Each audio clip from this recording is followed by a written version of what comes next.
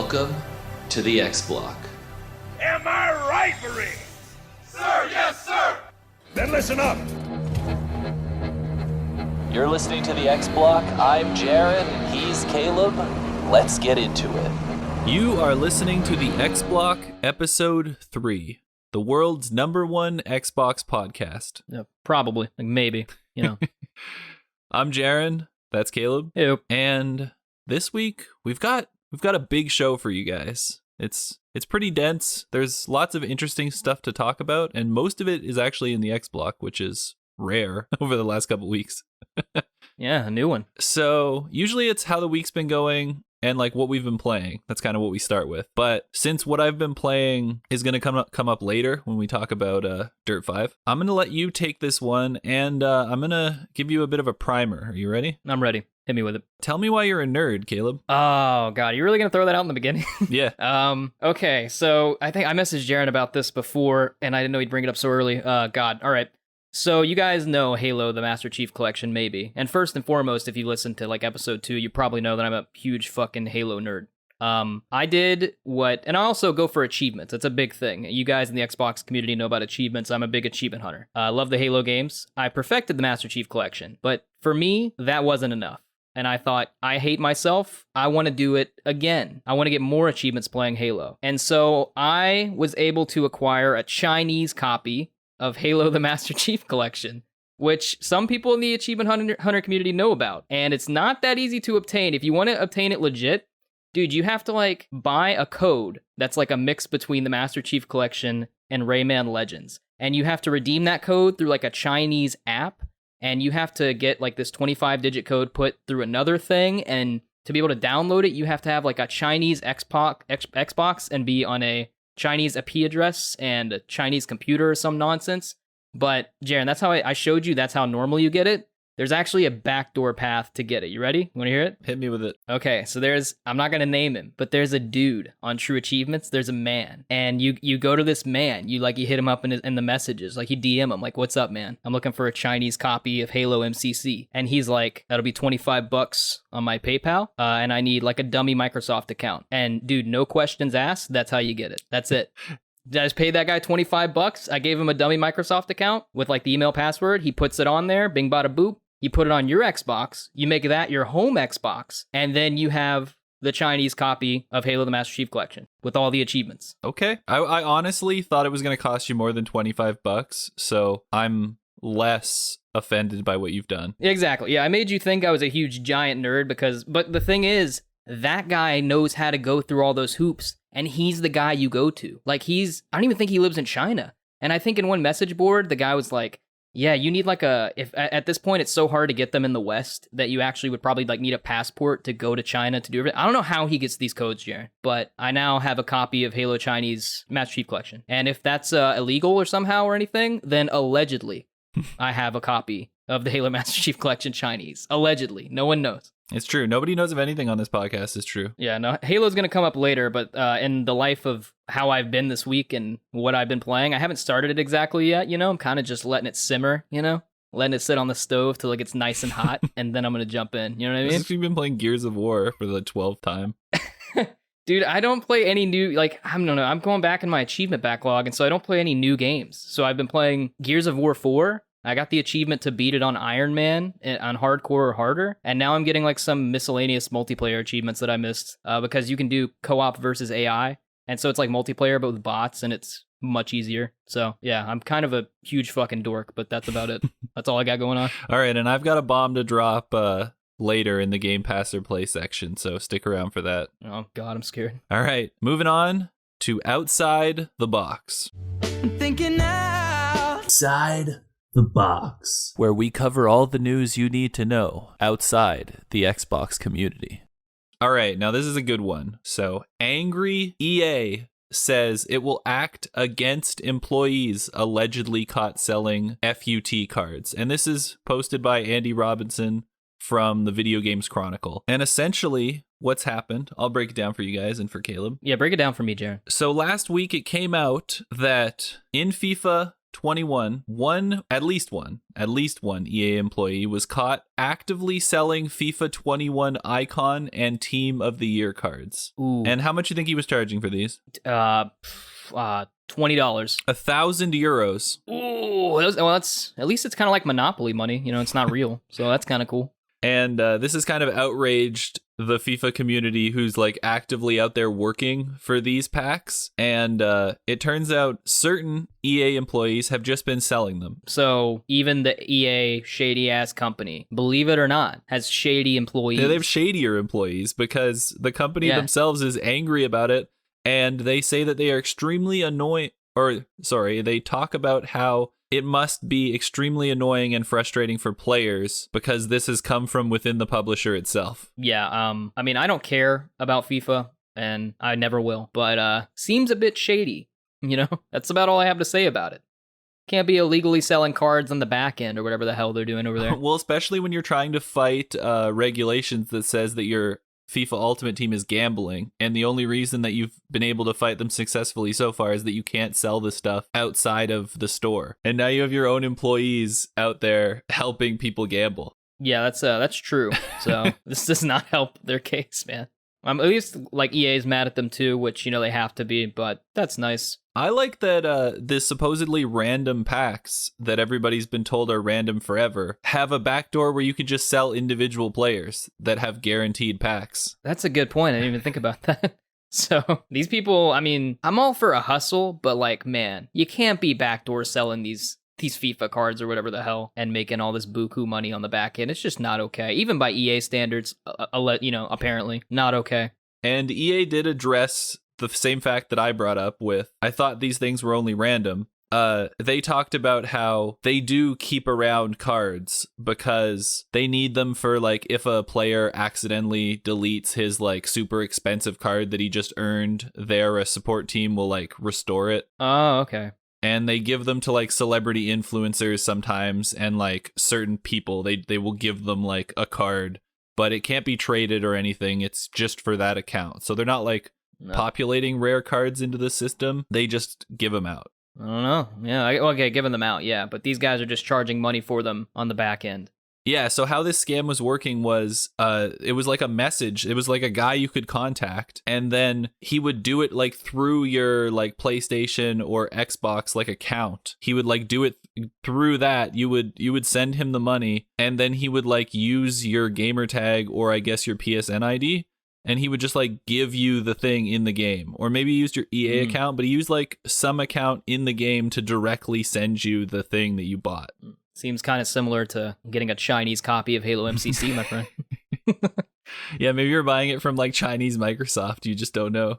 I don't know, man. Yeah, this is kind of interesting, but I mean, who really cares about FIFA in the end? It's almost like this is like bordering on the faff, you know? It's just barely in the main news. Yeah, it's only in the main news because it has like actual ramifications on EA, and it could be like a big issue, especially if it's found out that they've been doing this for a while. We don't really know the implications yet. As the story develops and whatever their investigation finds out, this could become even worse looking for EA, which is already a not great looking company. And I still hate them for closing down Visceral. And I'll never forget. Yeah, that's fair. Moving on to the next topic. Roblox goes the important public.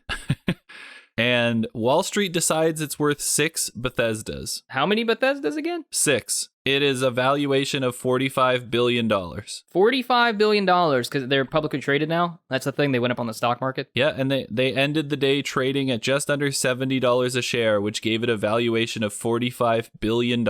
I see that, here's the thing. We all know Roblox is really popular, right? With the kiddies, the little kiddos out there. But is it that popular? Is it really? Like, I don't know enough to know if it's completely overpriced. It seems overpriced. It seems really overpriced. But also, like, is it? I don't know. For comparison, EA is only worth $37 billion as a whole. Take-Two, who owns GTA, is worth $19 billion. No. And Ubisoft is only worth $8 billion. I don't know, man. The kids must really like the Roblox. They got their parents buying in on the stock market to get that shit up to, what is it now? What'd you say, 40 billion? 45 billion. Yeah, okay. Yes, that's overpriced. Good point.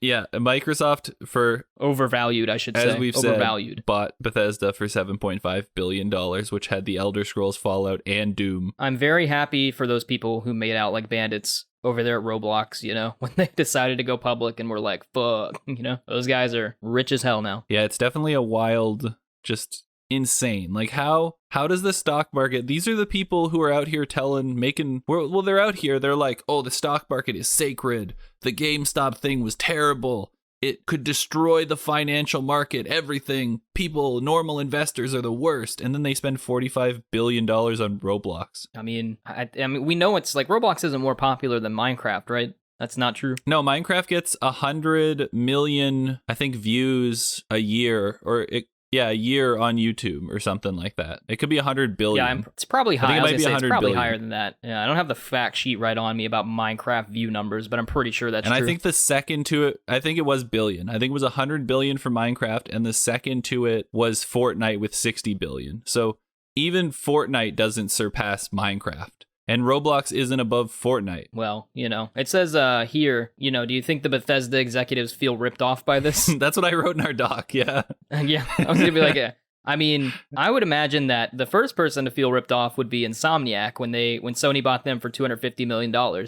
And then they realized that Bethesda was for sale for $7.5 billion or whatever the hell it was. It's like, wow, like you really the people at Insomniac really didn't get their money's worth for that sale. Yeah, I guess what people buy more is IP though. I mean, it's true. The IP's in there, but yeah. I mean, Insomniac as a studio is probably better than any Bethesda studio, like probably by a good deal. So.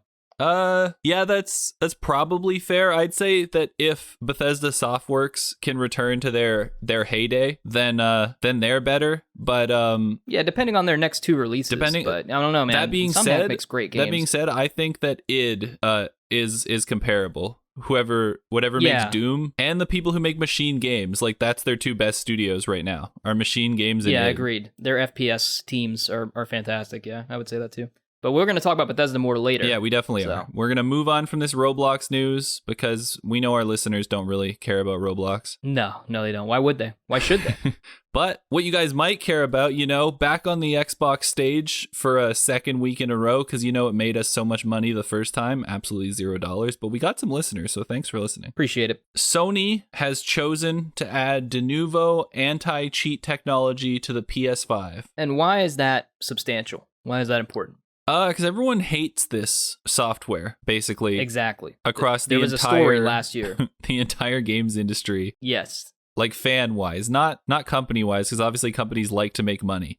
But the main reason we're talking about this is that the DRM scheme has been criticized for its alleged high CPU usage during gameplay, which is claimed to significantly affect performance and frame rates. See, there's that, but from what I remember, like Doom Eternal came out, and that was the game that was kind of, I don't know, people didn't like that the de novo was included on I guess it was the PC version of that game last year. Am I correct? Is that the story from last year? Yeah, it was, but it was how they implemented it. It was running at like kernel level on the PC, which meant that it had access to like everything that you did. Yeah, that's what I was going to say, was there was some sort of security concern with that and Doom Eternal. I don't know if that's relevant to the Sony starting to use that and their PS5s, but people don't like this software. So if you're out there listening to the X Block and you have your PS5, maybe this isn't good for you. Maybe it is. Don't know. But hopefully you get fewer Warzone cheaters. That'd be nice, right? Do we think that this is going to come to Xbox, or do we think that Microsoft trusts their own anti-cheat stuff enough? I have no idea because I don't know enough about it, but I would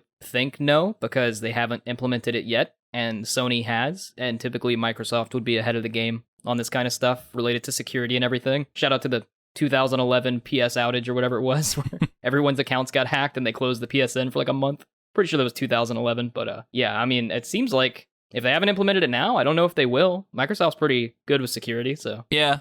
Obviously, it's not the best thing. Every once in a while, we got to take our shots at Sony, right, for doing dumb things. That's part of being an Xbox podcast. You don't want to be mean, but sometimes you got to say it like it is, Yeah. Got to put them in their place. Yeah, we gotta teach them a lesson. Yeah. All right, next up on the docket, Square is ready to tell us about games they will never finish. And by that, I mean that they are holding a press conference to talk about all their upcoming releases. All they have right now is it's written down for March 18th at 10 a.m. Pacific Standard Time. And it is also featuring Outriders, Marvel's Avengers, Tomb Raider 25th Anniversary, new Square Enix Montreal games, Just Cause Mobile, and Balan Wonderworld. This sounds completely unnecessary. What are they going to talk about for Tomb Raider's 25th anniversary? Supposedly there is it's been leaked. There's a Tomb Raider Definitive Survivor trilogy, which is going to include all 3 of the Tomb Raider games. I think with all the DLC in one package. I was going to say, I bought the Shadow of the Tomb Raider during like the year-end sale last year. I bought that game with all the DLC for like $14. Yeah, but now they can sell it for $70 again. God. Yeah, I don't know. I would think they'd put like all of the old games into some sort of collection on like the new consoles. That'd be interesting. I have completed the Tomb Raider Definitive Edition and the Is it Rise of the Tomb Raider? That's the one. I got all the achievements in those games, I think, in January. So I haven't played the other one yet because I'm Tomb Raidered out. So I won't be picking that up. The other stuff seems pretty unnecessary. I don't know why anyone's even still talking about Marvel Avengers. I get that they think they need to, but why? All right. I'm going to hit you with 2 potential solid news from this one. All right? Okay. So Square Enix Montreal, they made Hitman Go and Deus Ex Go, which were both really fun games. I'm hoping they make some kind of like additional Go game with maybe their other IP, like Just Cause Go. Those games are kind of fun, but what I'm possibly expecting from this showcase is, so on Twitter 2 days ago, Microsoft put this out for Xbox Game Pass. Hey team, so much news today. Hope you don't mind if I add some more, although it's completely unrelated to the other announcements. So key point there, this has nothing to do with Bethesda. Then they say this, that new game has been confirmed and is officially coming to the service. As well, or they say as always, keep this confidential. Before I go, I did have something I wanted to ask. Has anyone else noticed a mysterious signal appearing in the distance lately, or am I the anomaly in this situation? All right, so that's what they posted. Is that the Melissa McGame Pass email? Yep. Okay. People were theorizing that was Batman, but what are you going to say? All right, now I'm going to read you something from the Outriders description from the demo. Humanity's efforts to colonize the alien planet Econoc went astray as the expedition teams encountered a massive energy storm known as the Anomaly. The Outriders escaped to cryosleep, awakening 30 years later. They embark on a journey across the hostile planet to the source of a mysterious signal. Okay, so seems like there's a link there. I haven't seen anybody talking about Outriders, but I looked it up and it comes out April 1st this year. So interesting.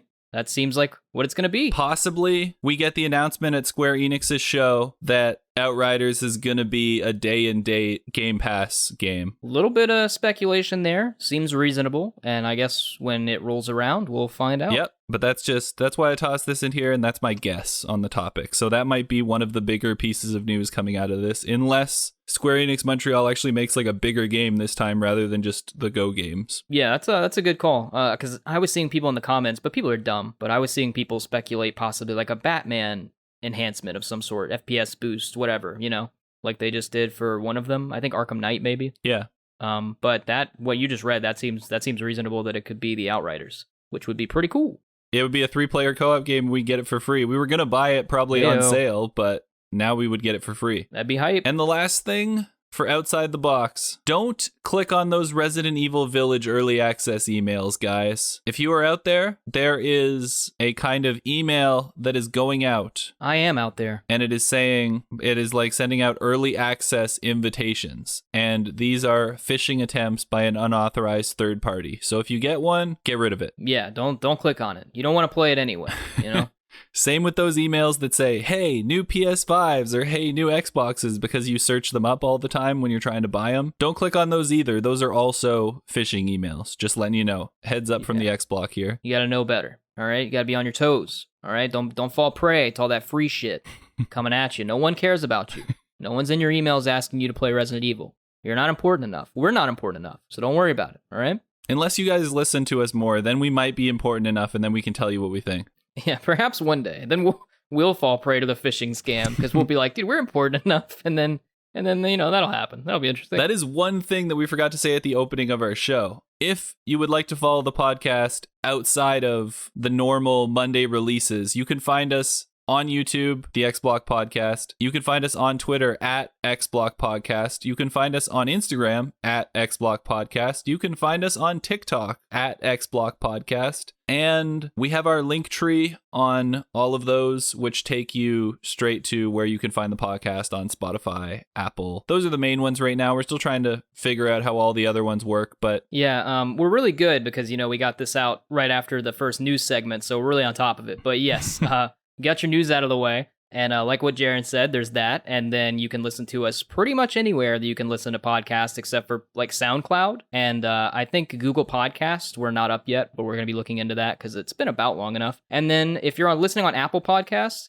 just know this is supposed to post at 5 a.m. Eastern time on Mondays. But it sometimes posts a bit late on Apple Podcasts for whatever reason. So it may be up later in the day in the afternoon where you are or whatever. But if you want to listen there, just know it should go up. But anyway, Google Podcast is coming. SoundCloud, get fucked. And yes, that's all I have for now. And the way that we're going to tie that in is we're moving on to the review roundup. In a world where reviews are too long to read and review videos are too long to watch, one man will compile all of the reviews and turn them into one easily digestible stream of information. This is the Review Roundup. And there is no news to talk about. There's nothing of interest that came out to review. So, Oh, wait. If there's nothing to review, I want to review what I've been playing. All right? If there's nothing going on, I'm going to let Caleb review what he's been playing in a sec. But based on us just giving you all our links and everything, go and review the most recent podcast and this podcast and give us a nice 5 stars on Apple because we need it. What a tie-in. Shameless plug. Right there in the middle, Yeah, too. right there in Nailed the middle. It. All right. Yeah, the 5 stars on Apple Podcasts really help us out in the algorithm. But on to the real review, Gears of War 4.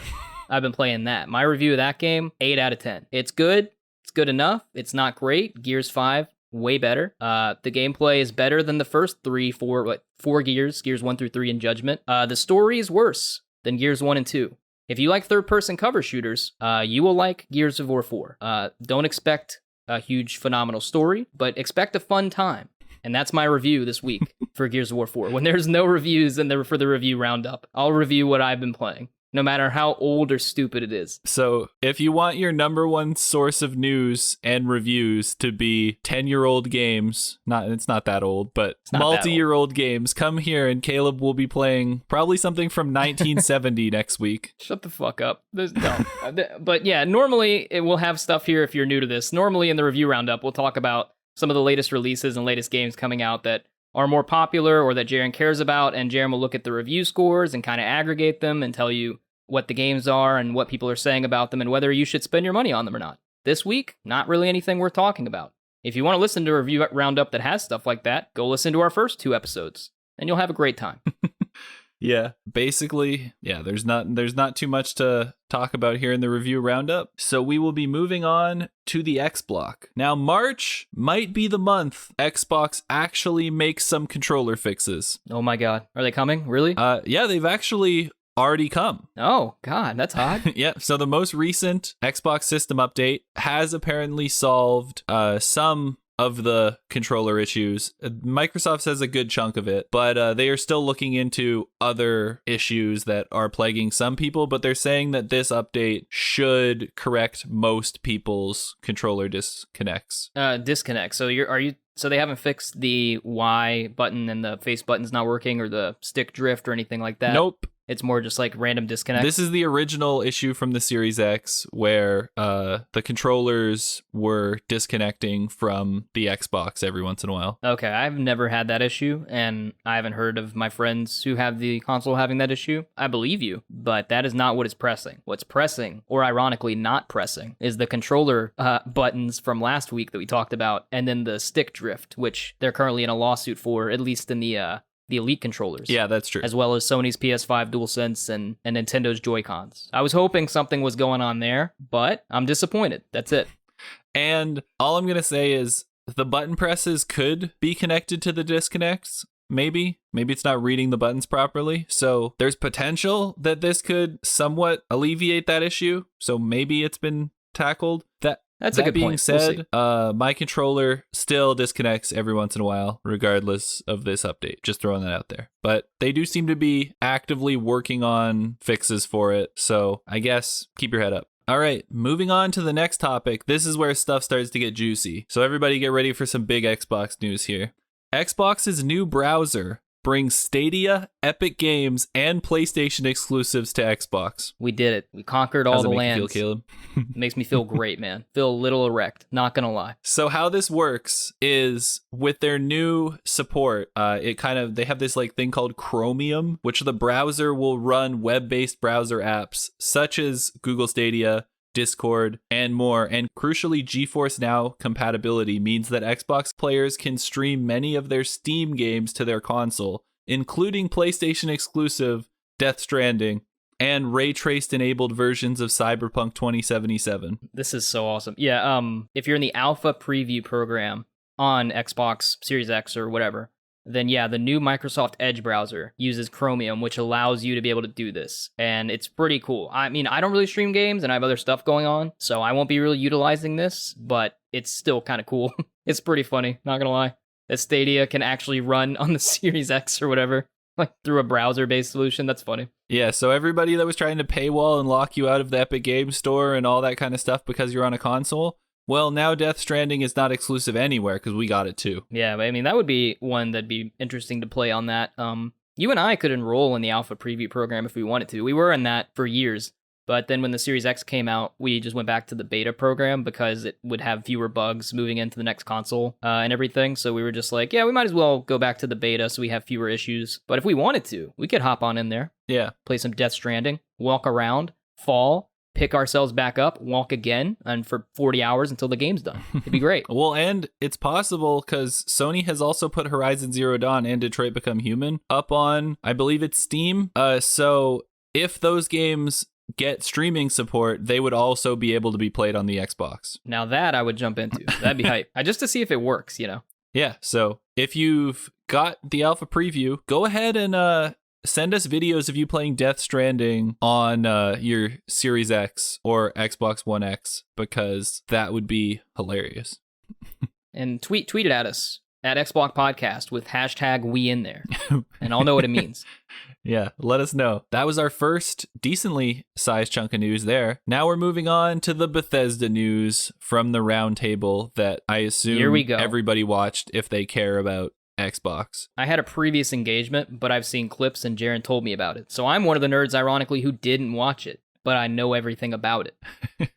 That's true. Now, you guys would already know some of these games if you're checking your Game Pass feed and you've been paying attention to Twitter, but Bethesda has added 20 iconic Bethesda games to Game Pass. Now, some of these were already in there in different versions, but now they're kind of like filling out their catalog. So The Evil Within is now there, which I asked for, I think it was last week. So that's hype. Yeah, you did. Yeah, you haven't played that. It's pretty exciting. Wolfenstein's in there. Everything except 2, which is weird because Youngblood's in there, but I guess we'll get Wolfenstein 2 and Evil Within 2 at some point. Yeah, I mean, they own Bethesda now, so yeah, I'm sure at some point it'll be in there. Yep, Skyrim's in there, Oblivion's in there, Morrowind is in there, but I don't believe it has achievement support. It's the original Xbox version that is backwards compatible, so it's just like put in there now for you to play. That being said, I do believe Oblivion either has a 4K version coming or the version that they have in there is 4K. So even though that game's old, you can play that. Todd Howard spilled it on the round table before they announced it, which is kind of funny. He said, and now players will be able to experience games like Oblivion in 4K thanks to game. And then he stopped and went, experience our games, older games on platforms and stuff. And he like, nailed it. He kind of just went off on a different tangent, but he definitely seemed to confirm that before they then did the whole 20 games to Game Pass kind of thing. Good job, Todd. Good job leaking it to the players beforehand, giving us a little tease. They threw Prey in. Rage 2 was already in.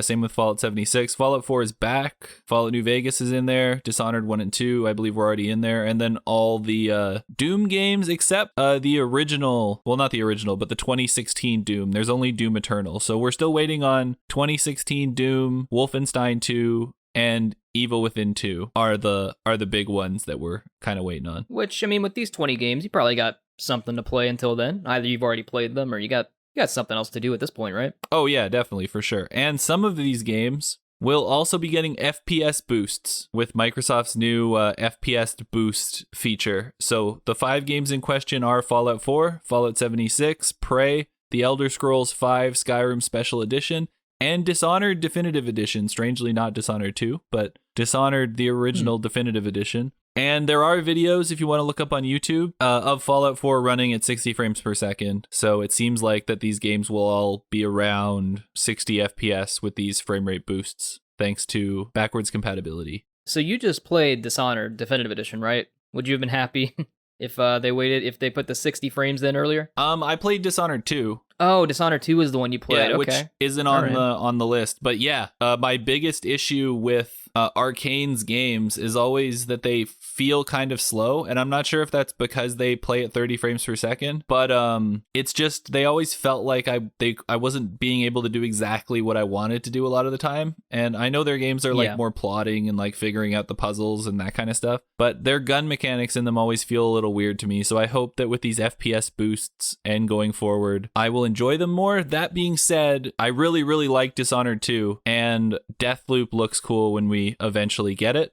And that is a great jumping off point because Bethesda has confirmed, obviously Microsoft confirmed it too, they still will be supporting the Deathloop and the Ghostwire Tokyo deal, which we expected. Yeah, they talked about how legacy titles on these other platforms, on PlayStation 5, would still be supported moving forward, but that they were looking, I think Phil said they were looking to make games exclusive to where Game Pass, anywhere where Game Pass is, which I think is rather kind of shrewd, because it like leaves the door open to if in the future Sony, which it would never happen, but if they wanted to put Game Pass on their platform, or if Nintendo wanted to put Game Pass on their platform, which could happen at some point in the future, then those games would be available there. And yeah, but with the legacy, the word legacy that they put in there is weird, because I don't know if they're saying that they're going to support like the Elder Scrolls Online and stuff moving forward on that platform, or if they're going to support titles like the Elder Scrolls in general and Fallout that have a legacy on those platforms, or Fallout 76 or something. I think he means just like the live service games like Fallout 76 and the Elder Scrolls Online, but like we think like Starfield now is probably going to be exclusive to like Game Pass and Xbox and PC, but do you think that like the Elder Scrolls game, the next Elder Scrolls game, is still going to come to the PS5, or has that kind of been put to bed? I'm not sure. I'm going to read you exactly what he said, and then I'll dive into how I think he meant it. Okay. So he starts off with, obviously, I can't sit here and say that every Bethesda game is exclusive. We know that's not true. There are contractual obligations that we're going to see through. That there, I think he's referring to Ghostwire Tokyo and Deathloop, which everybody in the news points out. But I wonder if that also refers to Indiana Jones. Okay, yeah, and or even just the next Elder Scrolls game if Sony and Bethesda had some sort of contractual agreement before then, which we don't know about. I don't think that stuff will probably, I think if it was like a way deal in the future, I don't think they would have been working out on that yet. Yeah, I think you're right. But it is possible that games that are licensed like Indiana Jones might have to be multi-platform, like MLB had to be multi-platform this year. Sony finally had to release it. Yeah, that's a good point. That's where I think that one. Then he continued by saying, we have games that exist on other platforms, and we're going to go support those games on the platforms they're on. There are communities of players we love, those communities, and will continue to invest in them. And even in the future, there might be things that have contractual things or legacy on different platforms that we'll go do. So yeah, that's what we were saying, that by his legacy on different platforms, I see what you're saying. I'm not sure if he means Skyrim and Fallout there, by saying that they have a legacy on different platforms so that they'll continue to put out games for those platforms. But he's being vague with his wording. And I think the more important thing that came out of this is what he said after that, which is, but if you're an Xbox customer, the thing I want you to know is that this is about delivering great exclusive games for you that ship on platforms where Game Pass exists. That's our goal. That's why we're doing this. That's the root of this partnership that we're building. Yeah, so I think you're right about the legacy title thing. I think it's weird that they're being a little cagey and they can't just come out and say things, but I guess it sticks with what that one, I think it was Bethesda or ZeniMax head at one point said, which is that they were going to put games on other platforms on a case-by-case basis. It seems like Phil just kind of confirmed that, but with more words. But it seems like that the people who were proponents for exclusives kind of seems like they're leaning more, Microsoft is leaning more that way, in terms of there may be more Bethesda exclusives on Game Pass systems, wherever that happens to be, than we thought there were going to be. I mean, honestly, though, of all this news, Jaren, can I tell you what I'm most excited about? What's that? We're getting another Skyrim achievement list on Windows 10 PCs. Am I right, boys? Woo! Yeah, you're getting one for Fallout 4 too, I believe. Yeah, I actually haven't played Fallout 4 yet, so it's pretty good that they're getting a 60 frames per second boost for that game, because I plan on playing it, but haven't played it yet, and I'll be able to play it at a higher frame rate. But, I mean, main thing, dude, Skyrim. New achievement list. Get hype. Perfected it on the Xbox One Special Edition. Perfected it on the 360. Gonna go through it again. And some of these may have mods and like console commands or other things you can do with them, so. Yeah, it's already been confirmed by the achievement hunting community that Skyrim and Fallout 4 both have console commands that unlock all the achievements, so there's no reason to play the game again. Wow, okay, well, oh, interesting. Well, that's kind of a bummer, but oh well. Yeah, back to the real news, though, with the Bethesda exclusivity.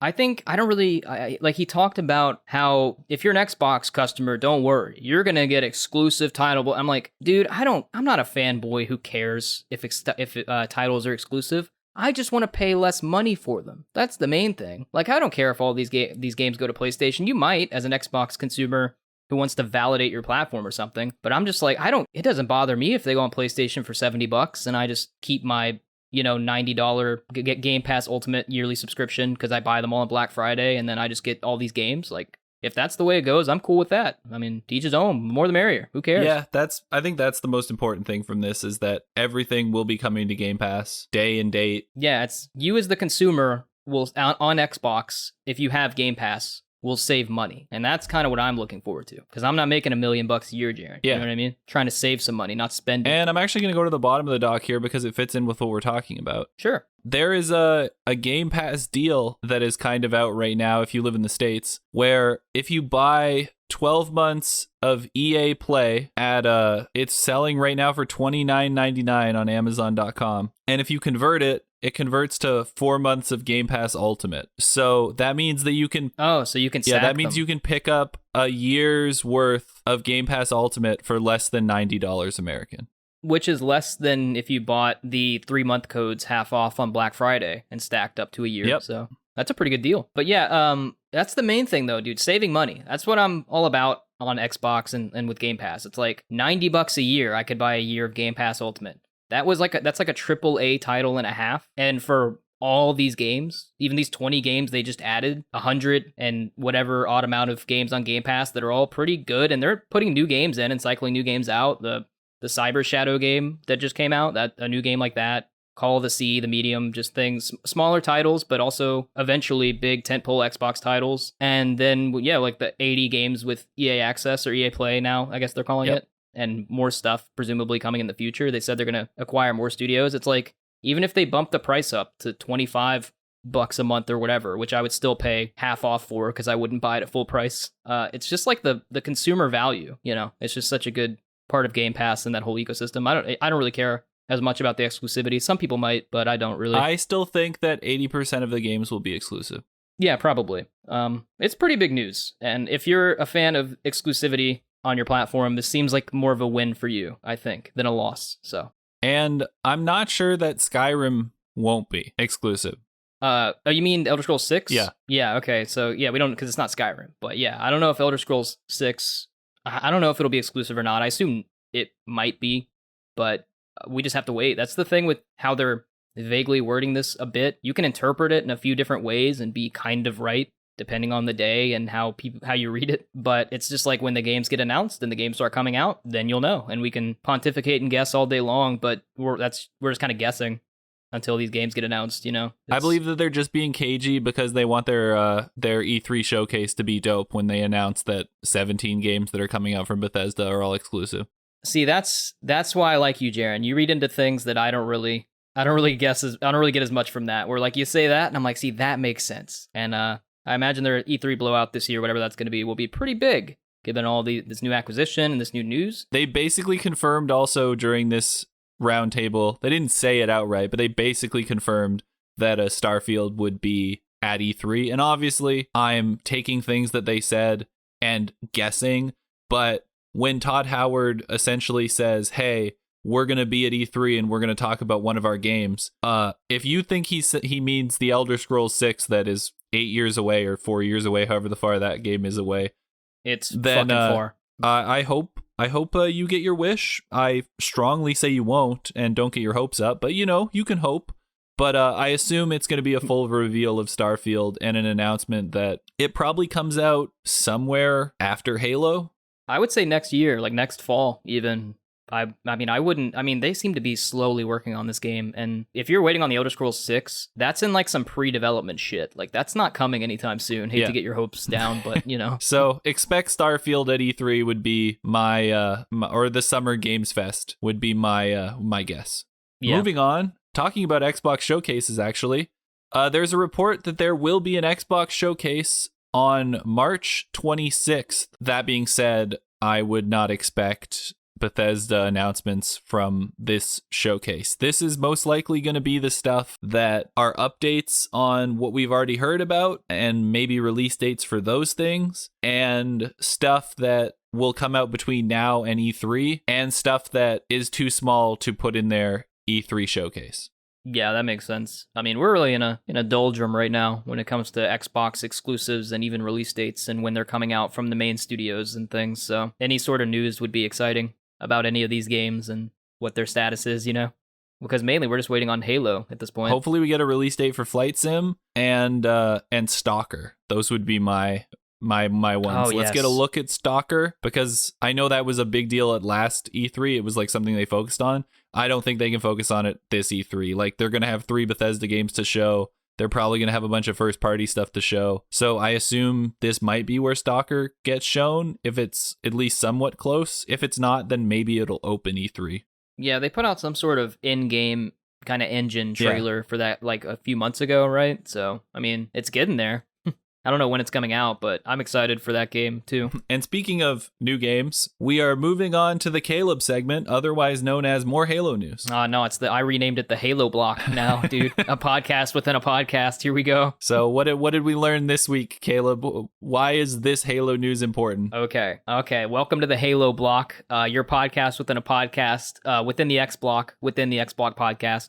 This week, Microsoft, or I guess not Microsoft, 343 Industries, my bad, did a lengthy Q&A session where they talked about, they just answered a bunch of user questions, and we learned a lot more about Halo Infinite than we thought we ever would until like the next update next month or something.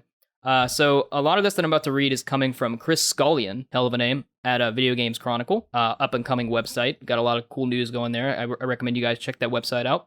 So they revealed during this video, quote, "The game has dynamic weather with a wind system and a fog system included. There may be storms or snowstorms added in a post-launch update. The Zeta Halo ring is fully 3D rendered, and when the sun passes behind it, there may be a short eclipse. Weapons can't be upgraded because the team felt it would start to move away from, quote, what Halo was all about, and, quote, some equipment can be upgraded, though. The game's open world is inspired by the Silent Cartographer mission from the original Halo, and that it gives players the freedom to choose how to approach each mission with whatever weapons or vehicles they decided to use. New biomes include higher altitudes, swampy wetlands, and war-torn areas called the Deadlands. When asked if the open world means players could grab a Banshee and drive to an objective 3 missions ahead in the story, the reply was, quote, do it, end quote. There will be audio logs giving more background on previous battles that took place, and there are no traditional cutscenes. It's all done live in the engine, and the camera will pull out from Master Chief's head to present them.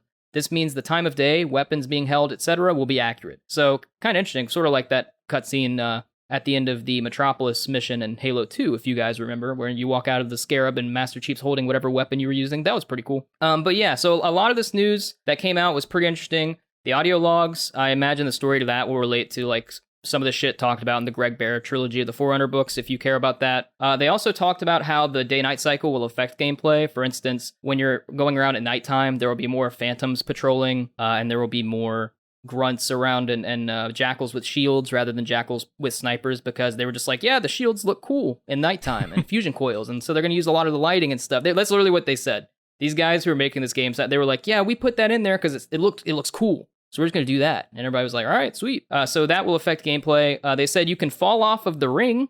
So that's kind of cool because the ring is kind of fucked up from what happened in the trilogy of books I mentioned earlier, the Forerunner trilogy of books. Wildlife aren't going to be hostile, so kind of like the MOAs in Halo Reach. There's going to be, and now we have the big piece of news that people do not like, the two big pieces that people do not like. And they're not really that big if you don't care about Halo, but if you're a fan of Halo, they're kind of big. There's going to be no dual-wielding weapons and no playable elites. And that doesn't seem like a big deal. The dual-wielding one is divisive because for people who know, there was dual-wielding weapons in Halo 2 and 3, and I forget if there even was in like Reach or anything. I don't remember at the top of my head. Dual-wielding's interesting, because in a FPS shooter, and specifically in Halo, dual-wielding means that a primary weapon that you can dual-wield is usually nerfed, so that you can pick up two, and then they become more powerful. I don't know why people care a lot. I don't really care. Halo 1 didn't have dual-wielding weapons, and it made the weapons, I think, more usable on their own, and so it's kind of a philosophy, but some people are like, man, this sucks, because it's not like Halo 2 and 3, and it's not dual-wielding, and you're like, shut up, who cares? And then the playable elites, that one I'm kind of disappointed about,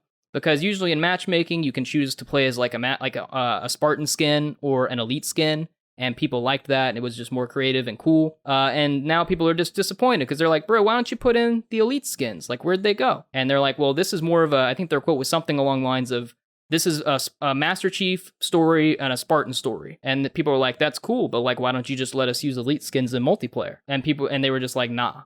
And so you can't use them. So if you were looking forward to that, eat shit. It also leans into the fact that the Arbiter, a beloved character from the original trilogy of Halo games, may not be present and probably won't be present in the main story, given what they said. So if you're looking forward to seeing the Arbiter again, I would wouldn't hold your breath, rather. And that's all of the Halo news this week. Welcome, and thank you for listening to the Halo Block, a podcast within a podcast. I'm out.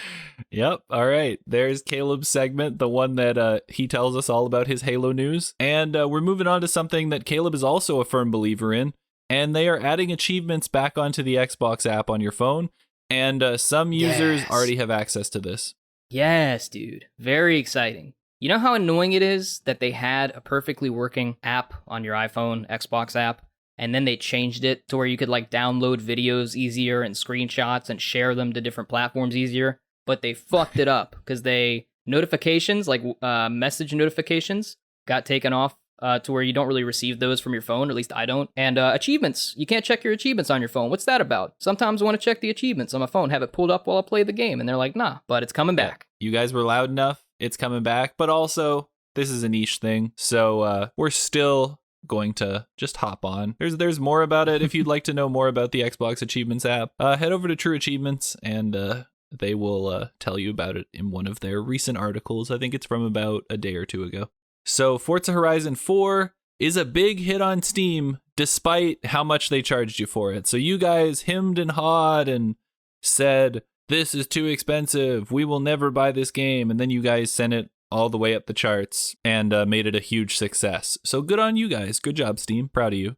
Was it number 1 or number 2 on the charts? I know it got to number 2 for the top selling list globally on Steam, but did it ever hit number 1 ahead of, I think, Valheim? I don't think it passed Valheim. I could be wrong. You guys feel free to correct us on Twitter or anywhere else you interact with this podcast. But I'm pretty sure it didn't pass Valheim. That's still pretty huge right now. Kind of a big deal. They put not a huge deal because it's Microsoft or Xbox, but they put Forza Horizon 4 on Steam and sold pretty well. Made some extra money. It's kind of a pretty old game at this point, and Microsoft has been putting some of their games on Steam, and now I guess Sony's been doing that recently too, right? And they're going to keep doing it. So it seems like if you're a Steam user, you're kind of winning out on this one. You're just getting games left and right. It's true. It's going to be a shot in the dark. Microsoft's going to buy Steam. All right, moving on. Moving on, the MCU blip ad. So we had a user on Twitter who follows the podcast.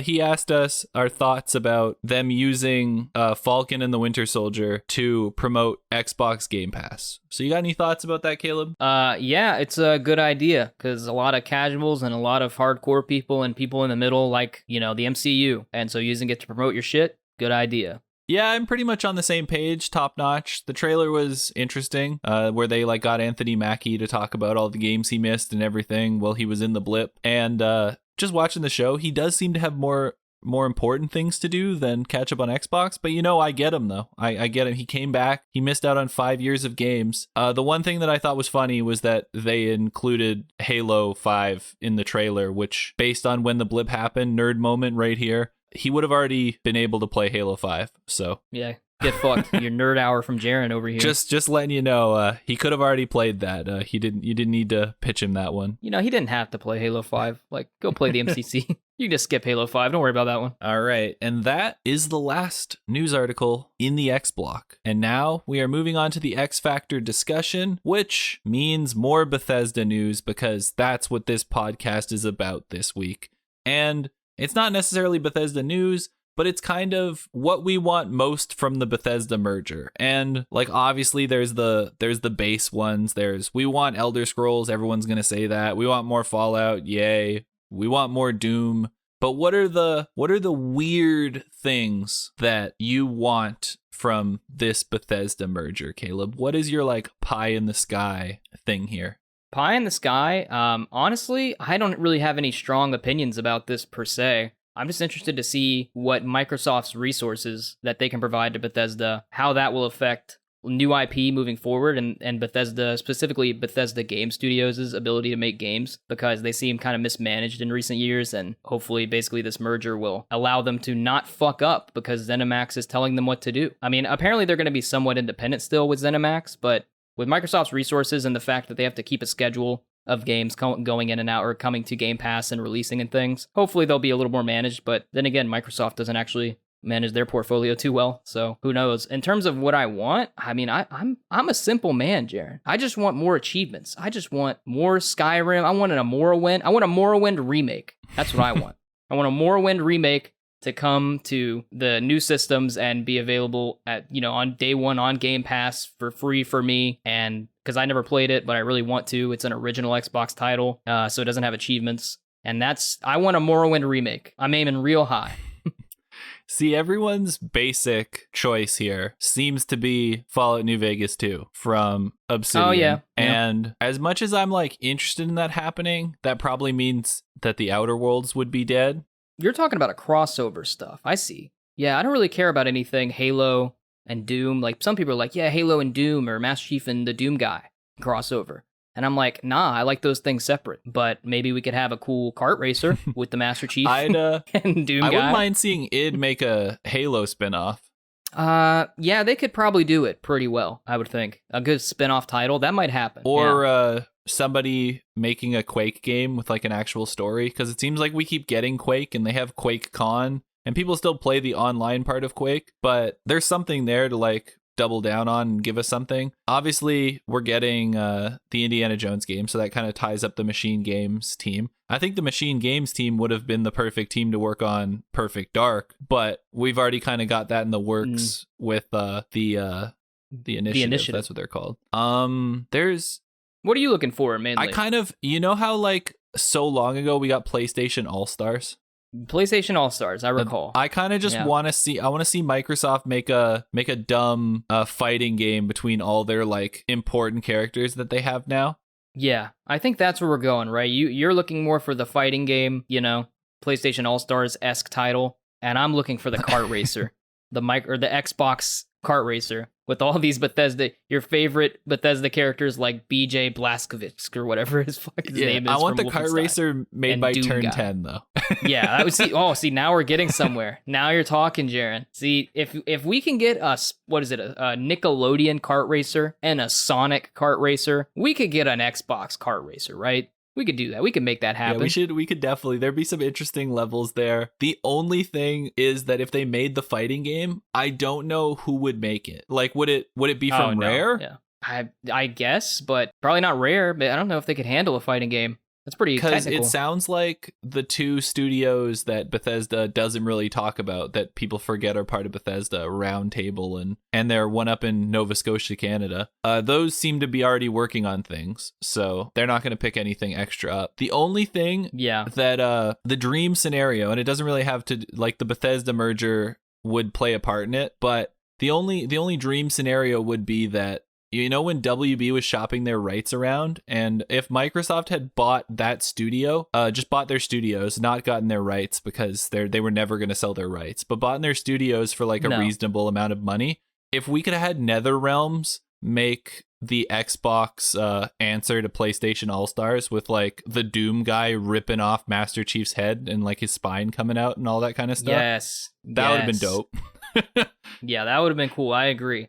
This is all pretty pie in the sky. I don't think Jaron and I think that they're actually going to make these things, but it would be really cool if they did. I'm expecting some interesting games from these teams because I think you're going to start to get some projects where like maybe a 20-person team splits off from a big team and they just make something that comes out on Game Pass. Like I wouldn't be shocked if you start to see some of that stuff from Microsoft Studios. Like after they get the ball rolling and they start having all their big games come out, I think you're going to start to see that kind of like growth, Netflix kind of growth of Game Pass, where you get smaller things from some of these bigger studios where they might like throw out a experience for you to play that's maybe like a 7 or 8 hour game, but it's not like the high quality AAA one. But that also could just be reserved for what Microsoft spends their like extra money on to get a game like The Medium or that kind of stuff, which is made by teams that they don't really own, right? Yeah, that's a good point. I mean, to a smaller degree, we've seen some of this with, Bleeding Edge and Grounded, but those were just titles that, I know, was it Obsidian and was Ninja Theory working on one of those? Yeah, Ninja Theory was working on Bleeding Edge before Microsoft bought them. Microsoft let them finish it. People have come out and said, they're like, why did you let them make these games? This is stupid. And it was like, that's kind of a dumb thing to say. It was totally a goodwill thing from Microsoft. Both studios were working on each of those games before they were acquired by Microsoft. And so when Microsoft acquired them, instead of saying, hey, fuck your game's scrapped, start working on this, they were like, well, yeah, that's cool. You guys can finish your kind of passion project that you're working on. And so then they just put them in Game Pass, and then the teams kind of moved on. And so now some people don't know that. I just want to throw that out there. Some people don't know about Grounded and Bleeding Edge. They're like, this is what you made. And it's like, no, you're ignorant. They were making that beforehand. Yeah, it's true. So that was also more of a Ninja Theory, like, thing because where they just kind of let them make that game. That being said, Ninja Theory could make the Xbox All-Stars fighting game because they did make Bleeding Edge. So it's a good point. So they could make something like that. I'd rather them make Hellblade. I just want a kart racer though. I want the kart racer. I mean, I feel the fighting game, but like, you know, you're in last place, you know, and you spin whatever the fuck you hit on the track, and you get, instead of the blue shell, you get like a BFG cannon. And you just shoot it down the track, and it annihilates everything in its path or something, you know? That would be cool. That's what I'm into. It would definitely be an interesting thing to watch. And just talking about Grounded for like a quick second, if that game gets achievements, I really want to play that game. Like I've seen footage of that game. That game looks fun. I'm just waiting for them to put achievements in it because I know if I start playing it and then they drop the worst achievements ever put in a video game in it, then I'm going to be really bummed out. Yeah, and it reviewed decently well too, or at least I'm pretty sure it did. I know for sure that streamers and whoever else was playing it at the time when it came out, everyone said it was fun who played it. Yeah, people who played it seem to like it. It just doesn't have that much content in it, but that's obviously because Obsidian as a studio has their two major teams on Outer Worlds DLC and obviously Avowed. Yeah, and people are saying, yeah, like you mentioned earlier, Fallout New Vegas 2, I assume that's going to happen. I assume that Microsoft is, if Obsidian wants to do that, which I think they've said they do, I'm pretty sure that they're going to do that. What they have to worry about is Microsoft making sure they spread out a little bit their releases of Avowed and the Elder Scrolls 6. And it's going to be interesting because those should come out. I assume Avowed will come out first and then the Elder Scrolls 6, but it's going to be very interesting which one of those games is better than the other. Because I'm thinking it might be Avowed, honestly. And but while Bethesda's working on the Elder Scrolls 6, I wouldn't put it past Microsoft to allow them to work on a Fallout New Vegas 2, because they know that's what people want, and they own the IP, they own the studios now, like they can make it happen literally if they want to. The one thing for the Bethesda merger that I think people are downplaying is obviously Bethesda Game Studios has let us down. Arguably, I guess, since Fallout 4, even though that game did win like DICE Award for Game of the Year and that kind of stuff, and people do like it, and they do think fondly about it now. Yeah, and it was supposed to be an old, you've told me before, and I looked it up, it's supposed to be like a 360 game that they just didn't finish in time. So it was basically a 360 game running on the new hardware because they ran out of time. And so it's almost like a port.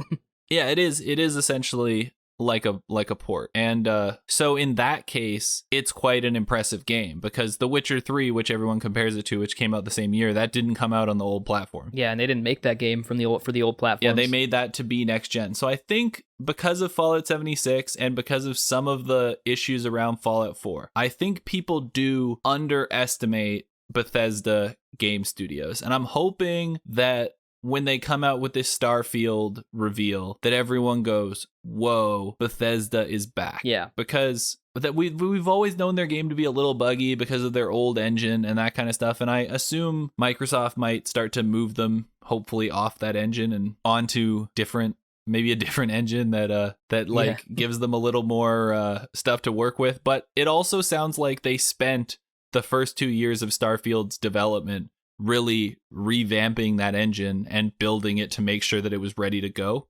Yeah, that's why it seems it's taken so long to come out. Yeah. And to Bethesda Game Studios' credit, because I think they've fallen from grace a little bit. Obviously, I think most people feel that way too. People think that just because they attached their name to Fallout 76 that they made that game. I'm gonna give you guys a heads up. They didn't make that game. Like, you can literally look it up. It was made by Bethesda Austin. They did the majority of the development on that game. And then Bethesda came in to basically just write the story that was in all those audio logs and things you read. And then Bethesda Game Studios wasn't hands-on with that game, really. Their whole studio was hands-on in that game in the last year of development to kind of fix the things they could and to do some other things. But the game was made by Bethesda Austin. It's not really a Bethesda Game Studios game. They put their name on that so it would sell better. And that's not like me making that up. Like, that's just true. So it's not really their fault. And Todd Howard talked about it a lot. Jared and I assume that's because ZeniMax CEOs and heads made Todd get up and pretty much lie about that game because Todd Howard saying it makes it sell more. And Todd Howard kind of has a little bit of a history of lying, though, at some of these events and things. But regardless, I think Bethesda Game Studios is going to surprise people with Starfield. I could be wrong. We could both be wrong about that, but I would bet on it. Just based on how open he was at the roundtable, where he was like, yeah, we made Fallout 76. That sucked at the start.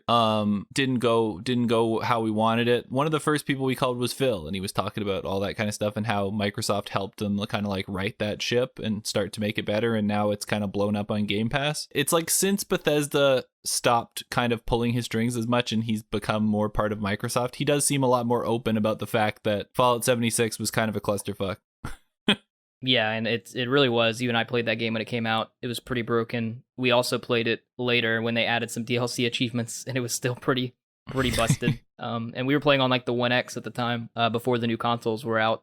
So essentially, wrapping up the X Factor segment, we want a kart racer. Kart racer and a fighting game in the vein of PlayStation All-Stars. Get hype and let us know what you want us to talk about in the X Factor discussion, and we might just do it. Once we start getting some submissions and things, we'll check them out. We'll see if it's something we want to dive into. We could put listener questions in here instead. Have a good old time. Yeah, we're kind of waiting on you guys to tell us kind of what you want, and we've been happy with like how the podcast has kind of come out over the last week. And the engagement with some of the audience has been good. I'm hoping for more comments and stuff in the future so that we can really dial in what you guys want to hear and listen to your feedback and that kind of stuff. But as of now, we're both pretty happy with how everything's going. Yeah, agreed. And don't feel pressured to write in. Like, if you have nothing to say, don't just try to make something up. But if you have something you want to say or want to ask, go for it. And like we established in the last episode, if you're going to be mean to us, leave your Instagram and your Facebook open so that I can find things to be mean to you about, and we can even the playing field a little. Agreed. That just seems fair. And go check out our TikTok if you want to see the kind of way that we deal with some things, and you'll see our video about our boy Mark over at The Gamer. Oh, Mark. Feel free to tweet that to him. He's a good guy. I read a bunch of his other articles. They're good. It was just that one where we had something a little funny that we could point out. Jaren had to take him to task. What was our TikTok again? At XBlock Podcast. There you go. All right.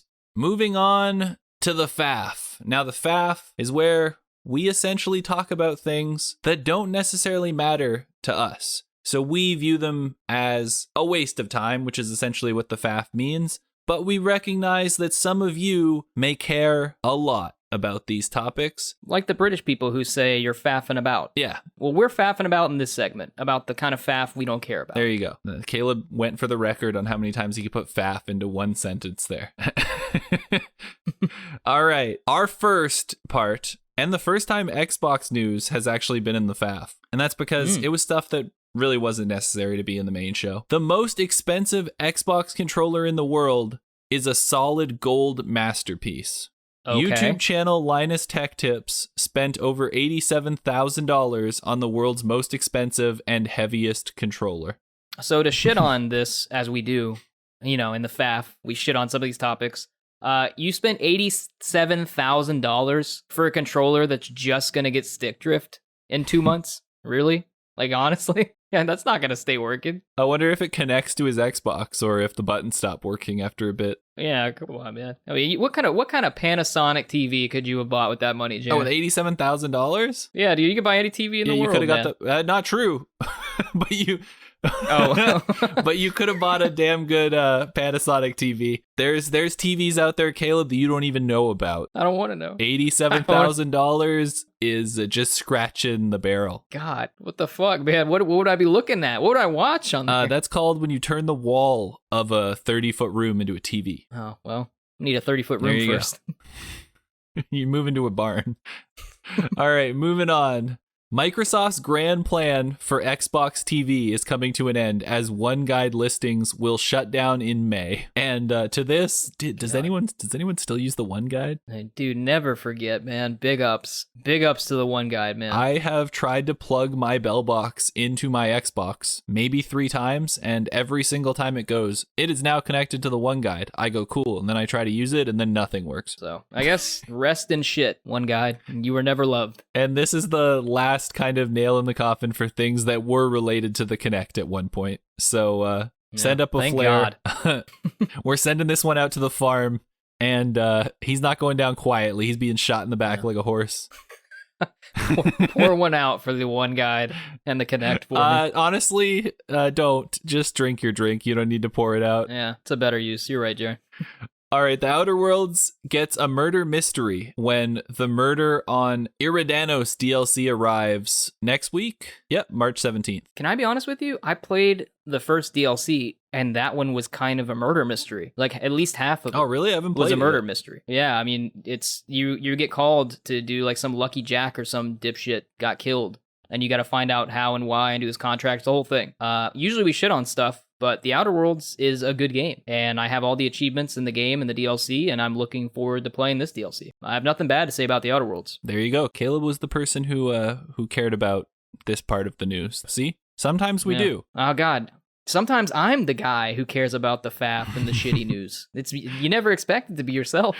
All right. And solid joke here. I put in the document on Thursday when I wrote it. I put, "You thought it wasn't here. Silly you." Then Caleb really paid off this joke when he texted me a day and a half later the most recent Marvel Avengers news. Oh, God. Because that's what that was referring to. Where Caleb literally didn't think it was there, and he sent it to me. So I pre-roasted Caleb in the document. Shut up. I hate you. So I look at it, it just says, "You thought it wasn't here. Still you." Yeah, I texted you right as I saw the news. I assumed you hadn't seen it yet. And you're like, "Oh, boy, when the fucking Marvel's Avengers news, gaming news comes out, boy, I see the beacon of light in the sky, and I'm already there before they even announce it." So... silly me. What's the news, Jaron? So remember when Marvel Avengers came out and everyone said, the campaign was fine. It's probably the only great thing or decent thing about the game. Well, now you can replay it.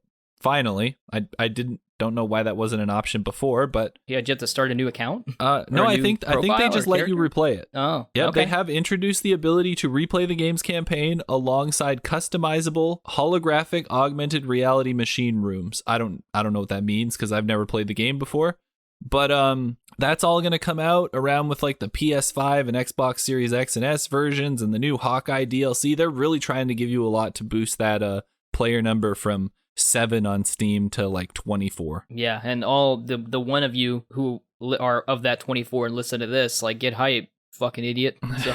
And they have clarified, remember last week when we told you that they wanted to increase the XP grind? So here's what they said. They said, "We wanted to offer more clarification and details on the recently announced XP change. We did not change XP to increase grind for grind's sake." That seems antithetical. Yep, there you go. So coming in with a real informed thing to tell you why they did what they did. That game can, once again, for the third week in a row, eat my ass. But Caleb, this means leveling at a steadier pace around every 2 to 4 missions at the upper end. Shut up. Yeah, we don't care. Moving on to other news, Overwatch has enhanced versions coming to the Xbox Series X and S, but no word on the PS5. I don't care. Nope, that's pretty much it. There's nothing to even say about that, but you know. I mean, go play Apex Legends at this point. Like, what are you doing? Why are you on Overwatch? Remember when EA announced NCAA football and everyone was like, yeah, NCAA football is coming out, blah, blah, blah. Well, it won't launch until July 2023. Get wrecked, nerds. It's what you get for liking sports, idiots.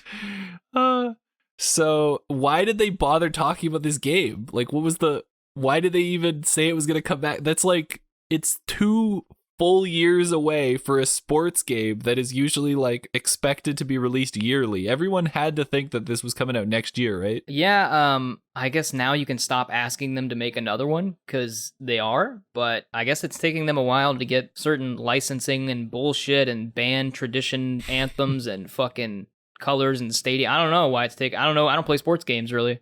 So I don't know what's taking them so long, but NCAA must be a special kind of problem for them to deal with. I don't know. Bethesda announced Elder Scrolls 6 like 3 years ago, and that's not coming out for like another 5 years. So they probably took 6 guys off the Madden team and made them make this game. Probably. I mean, honestly. And Snoop Dogg probably also hates this one. He will. He'll rage quit. He'll live stream it in 3 years. He'll be like, I'm back, boys. Madden wasn't for me, but I'm stepping down to NCAA 7 minutes in. Fuck this.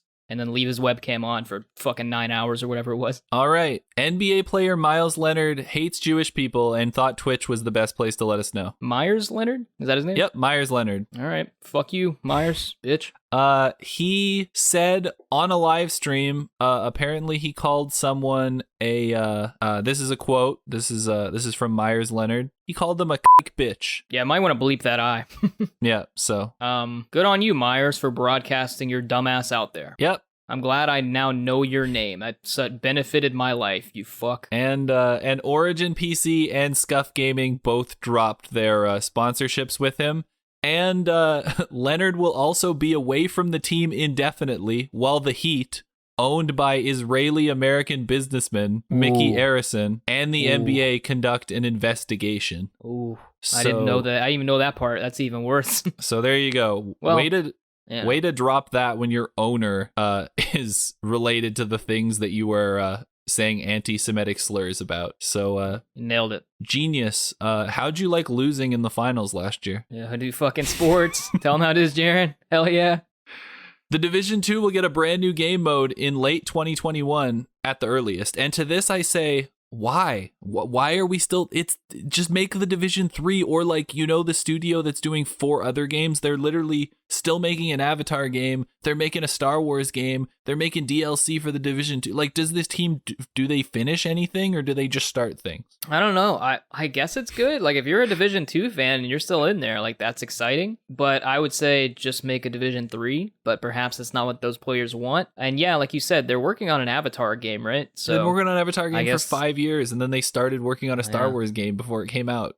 Yeah, I forgot about that. Yeah, so I don't know, man. Like, with that much going on, like, why don't you just drop the Division 2 for now and work on your other games? Very true. And speaking of games that were confused about why are still being worked on, Batman Arkham Knight enhancements potentially teased for Xbox Series X. Yeah, that would have been nice fucking however long ago, but it's cool that they're coming now, you know, next gen enhancements for the Series X and stuff, but I don't know if those next gen enhancements are going to super help me beat those combat challenge scores and shit and get all those achievements. Maybe it will. Who knows? All right, Rocksteady, I'm just going to say something to you quick here in the FAF section. Make a new fucking game. Tell them how it is, Jared. Make a new game. Finish your new Take them game. To town, Jared. Stop updating old games, especially the one that people like the least out of your 3 games. Yeah. Move on.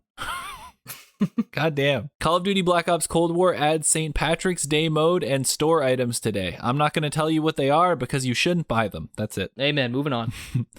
Fortnite Zero Crisis finale single player event revealed season 6, and you can't miss it this time. I can. What? There you go.